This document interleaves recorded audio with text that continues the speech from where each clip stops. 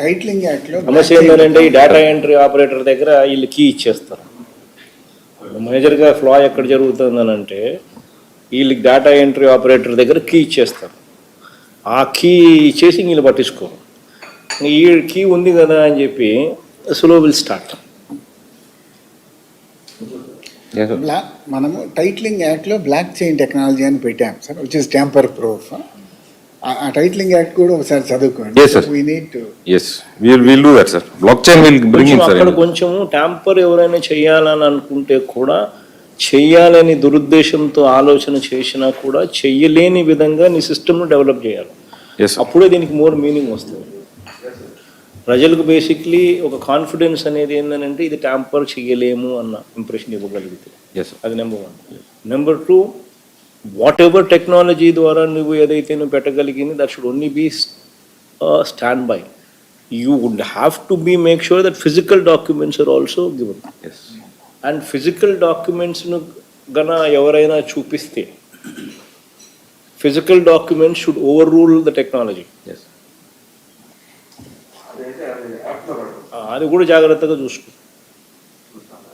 ఎందుకనంటే ఈ టెక్నాలజీలో ఏం చేస్తున్నాడో ఎవడు చేస్తున్నాడో ఏం పెడుతున్నాడో అన్నది ఆ డేటా ఎంట్రీ ఆపరేటర్ చేతిలో లైఫ్లే ఉంటాయి, జీవితాలు ఉంటాడు. ఏమో వాడు లంచాలు తీసుకొని రాజీ పడిపోయి కీ పెట్టి చేసేసి టక మార్పులు చేసేస్తాయి.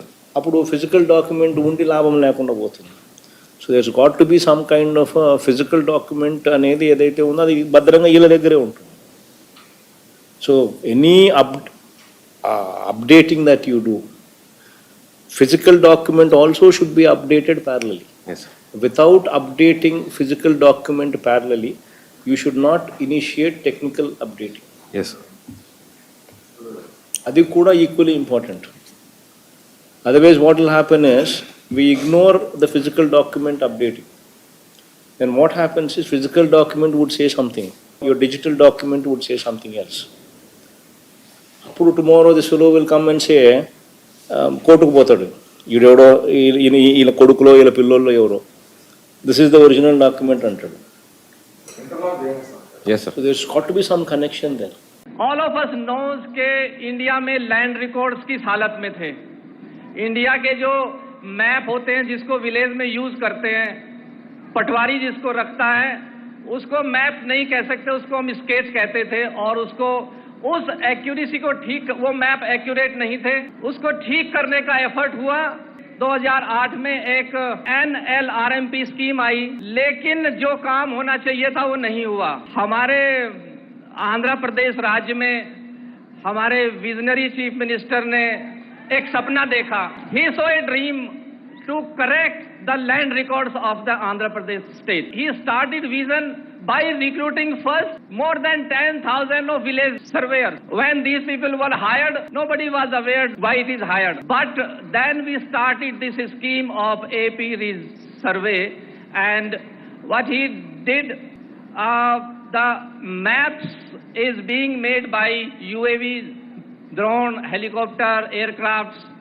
Accuracy is 5 centimetre. अभी जो गांव के किसानों को मैप मिलेंगे वो 5 सेंटीमीटर से भी ज्यादा एक्यूरेट होंगे. This is a milestone in the country. This is the first time such correct village maps are being made in the country. And this model now is being repeated in other states also, and many states has approached us. Why this work is so successful? Out of 17,000, more than 7,000 villages are already completed. Probably this is the only state where a chief minister himself monitor a scheme of this level. He himself takes review meetings, and that's why it is successful. This is one of the best example of central and state cooperation. We hope that very soon this entire scheme will be completed. Very accurate maps will be available to all the farmers of the state.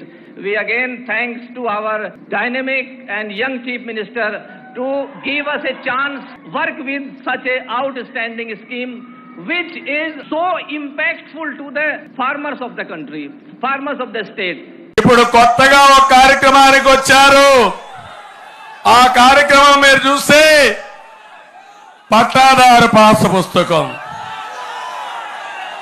ఈ భూమి ఎవరిదయ్యా? ఎవరిది ఈ భూమి? మీ భూమి? జలగ భూమి మీదేనా? నమ్మకమేనా? వాస్తవేనా? ఈ photo ఎవరిది? ఈ ఫోటో ఎవరిది? ఇది రాజముద్ర, అవునా కాదా? ఇది రాజముద్ర, ఎవరున్నా ఆమోదించాల్సిందే. ఇది జలగ ఫోటో. వాళ్ళ తాత మీకు ఇచ్చాడా? వాళ్ళ అమ్మమ్మ మీకు ఇచ్చిందా? వాళ్ళ నాన్నమ్మ మీకు ఇచ్చిందా? మీ తండ్రి ఇచ్చాడా లేదా? మీ వారసత్వం అవునా కాదా? మీ కష్టార్జితం అవునా కాదా? దాని ఫోటో ఆయన వేసుకుంటే మీరు ఒప్పుకుంటారా? లేదు, రోషం రాలేదు. ఏం చేద్దాం? చించి చెత్త బుట్టలో పారేద్దాం తమ్ముళ్ళు. నేను వస్తానే ఈ పుస్తకాలన్నీ తగలబెట్టి రాజముద్రతో మీకు పట్టాదారు పాస్ పుస్తకాలు ఇస్తారని ఆలోచిస్తున్నాం.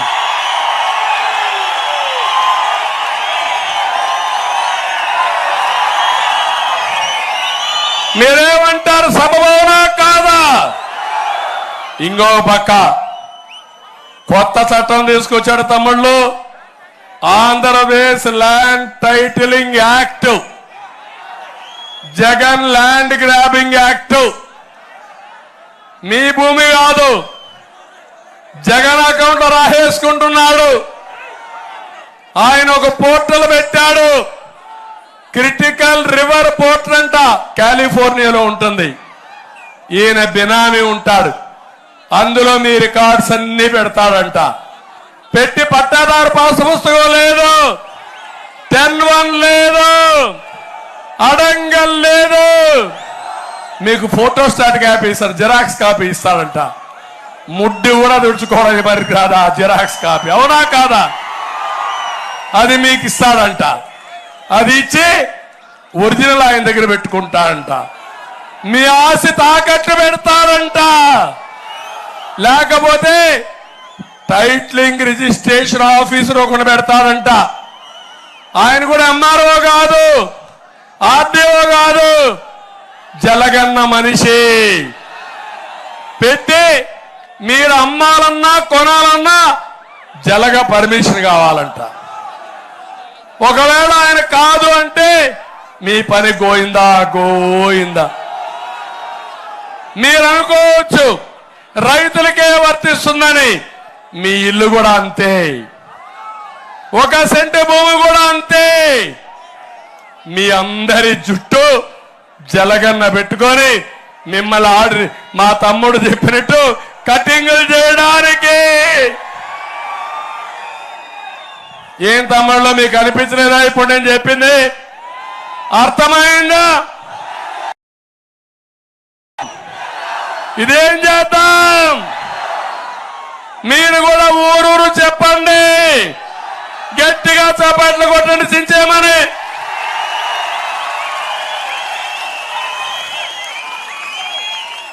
ఇది ఈ యాక్ట్ వస్తే మీ నియోజకవర్గం భూములన్నీ పెద్ద ఎవరో పాపాల